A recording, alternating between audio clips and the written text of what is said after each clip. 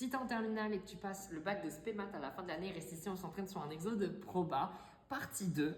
Dans la partie 1, on avait traité tout ça, donc ça fait quand même pas mal de choses. N'hésitez pas à aller la voir pour mieux comprendre. Et donc aujourd'hui, on va traiter les 2 dernières questions, enfin les 3 dernières.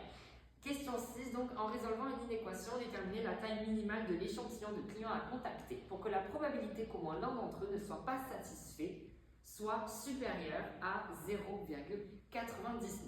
On cherche à calculer la probabilité qu'au moins un client ne soit pas satisfait. On avait dit que x suivait une loi binomiale de paramètres n égale 30 et p égale 0,8, sauf que là, on n'interroge plus 30 clients, mais en fait, justement, on cherche à savoir combien de clients faut-il interroger pour que cette probabilité soit supérieure à 0,99.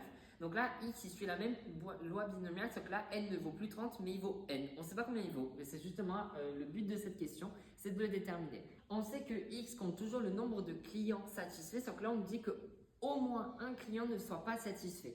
Donc en fait, c'est P de x inférieur ou égal à n, sauf que c'est au moins un client n'est pas satisfait, donc n moins 1. Et ça, donc on cherche n tel que cette probabilité soit supérieure ou égale, il me semble que c'est égal 0,99. Bon, ça on ne sait pas trop le calculer, c'est un peu bizarre en plus, c'est pas joli, donc on va procéder par l'événement contraire. Donc on va mettre 1 moins P de x et du coup ça va retourner l'inégalité, donc strictement supérieur à n moins 1. Sauf qu'on ne va pas rester avec ça parce qu'on voit que strictement supérieur à n moins 1, en fait c'est juste égal à n. En effet, si c'est strictement supérieur à n moins 1, ben c'est supérieur ou égal à n, sauf qu'on ne peut pas aller au-dessus de n, donc c'est forcément égal à n. Et ça, du coup, ça fait toujours supérieur ou égal à 0,99. Et on va juste se débarrasser du 1 et du moins de chaque côté. Donc déjà, on va ajouter 1 de part et d'autre. Donc ça nous donne P de x égale n, enfin moins P de x égale n, supérieur ou égal donc à moins 1, donc moins 0,01. Et donc après, on va multiplier par moins 1 pour avoir, pour juste avoir P de x égale n. Donc forcément, on change le sens des inégalités, ça nous donne 0,01. Et donc là, comme x suit une loi binomiale, il nous suffit juste d'appliquer la loi classique. Donc c'est parti. Donc ça nous donne donc P de x égale n, c'est donc égal à n parmi n fois la probabilité du succès, donc 0,8 puissance n, fois la probabilité de l'échec, donc 0,2, n moins n, donc ça fait 0, on peut le mettre quand même, et du coup ça va annuler pas mal de choses. Et donc ça finalement c'est égal, donc n parmi n, ça fait 1. 0,8 puissance n, ça fait 0,8 puissance n, et 0,2 puissance 0, c'est égal à 1, donc en fait c'est finalement égal à 0,8 puissance n. Et donc finalement on cherche n tel que 0,8 puissance n soit inférieur ou égal à 0,01. Et là on doit appliquer donc le logarithme népérien pour sortir la puissance, parce que vous savez que ln de a puissance n c'est égal à n ln de a. Donc c'est parti, donc on met la fonction logarithme, donc ça nous donne ln de 0,8 puissance n inférieur ou égal à ln de 0,01. Et en plus, comme la fonction elle est croissante, du coup ça ne change pas l'ordre des inégalités. Et 0,01 c'est supérieur à 0, donc c'est bien défini. Et donc là du coup on peut sortir le n, ça me donne n ln de 0,8. 0,8 c'est bien au-dessus de 0, donc là pareil c'est bien défini. Inférieur ou égal à ln de 0,01. Et nous on cherche juste n, donc du coup ça va donner n. On divise par ln de 0,8. Donc, comme ln de 0,8 c'est négatif, parce que 0,8 c'est inférieur à 1, du coup, ça va nous donner que n est supérieur ou égal à ln de 0,01 sur ln de 0,8. Donc, n c'est supérieur ou égal, on tape ça à la calculatrice et c'est environ égal à 20,64. Sauf que nous, on cherche donc le plus petit n. N, c'est un entier. Donc, en fait, finalement, on a n qui est égal à 21. On passe à la question 7. Donc, pour les 2 questions A et B qui suivent, on ne s'intéresse plus qu'aux seuls achats sur Internet. Lorsqu'une commande de téléviseur est passée par un client, on considère que le temps de livraison du téléviseur est modélisé par une variable aléatoire t égale à la somme de 2 variables aléatoires t1 et t2. La variable aléatoire T1 modélise le nombre entier de jours pour l'acheminement du téléviseur depuis un entrepôt de stockage à une plateforme de distribution. Bon là, en gros, c'est des informations un petit peu inutiles. Et la variable aléatoire T2 modélise le nombre entier de jours pour l'acheminement du téléviseur depuis cette plateforme jusqu'au domicile du client. On admet que les variables aléatoires T1 et T2 sont indépendantes, ça c'est vraiment le truc à retenir parmi tous les trucs inutiles. Et on donne l'espérance de E de T1 qui est égale à 4 et la variance de T1 qui est égale à 2. Et pareil, l'espérance de T2 qui est égale à 3 et la variance de T2 qui est égale à 1. Déterminer l'espérance de E de T et la variance V de T de la variable aléatoire T. Alors, on cherche E de T.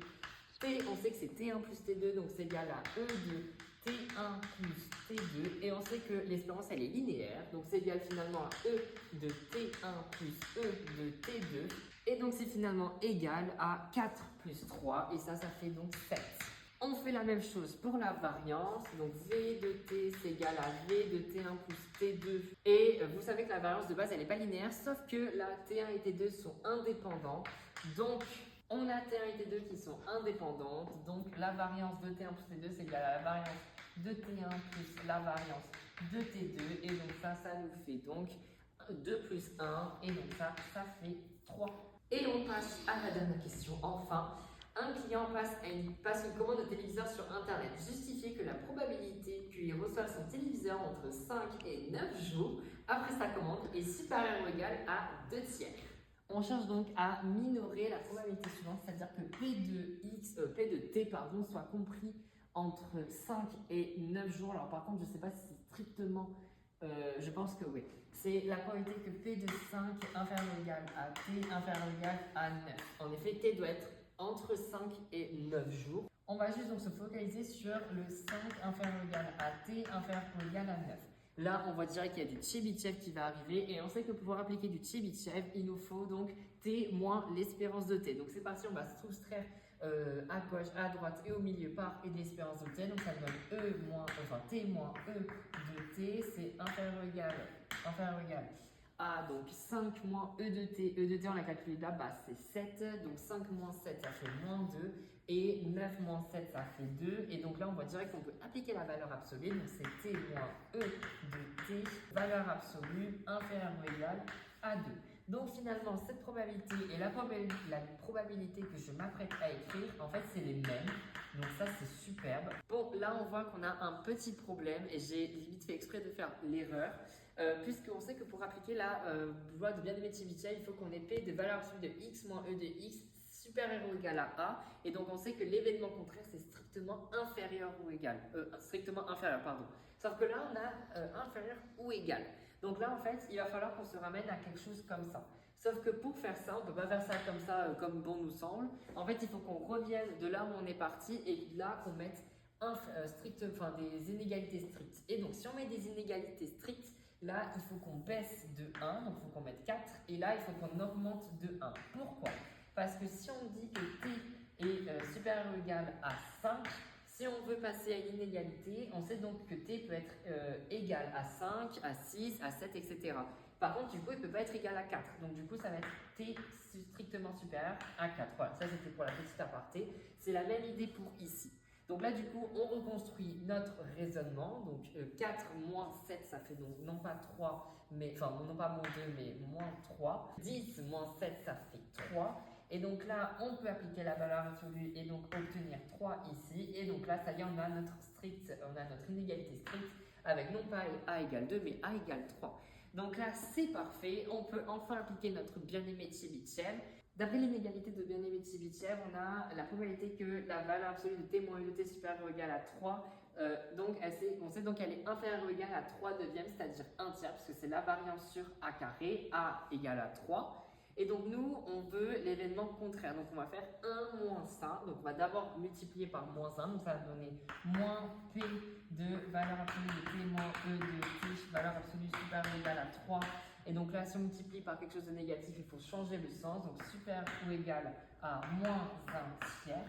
Et donc on va ajouter 1 de part et d'autre. Donc ça va donner 1 moins ce truc. Et donc en fait, ça sera l'événement contraire. Donc finalement, probabilité de valeur absolue de T moins E de T, de valeur absolue strictement inférieure à 3.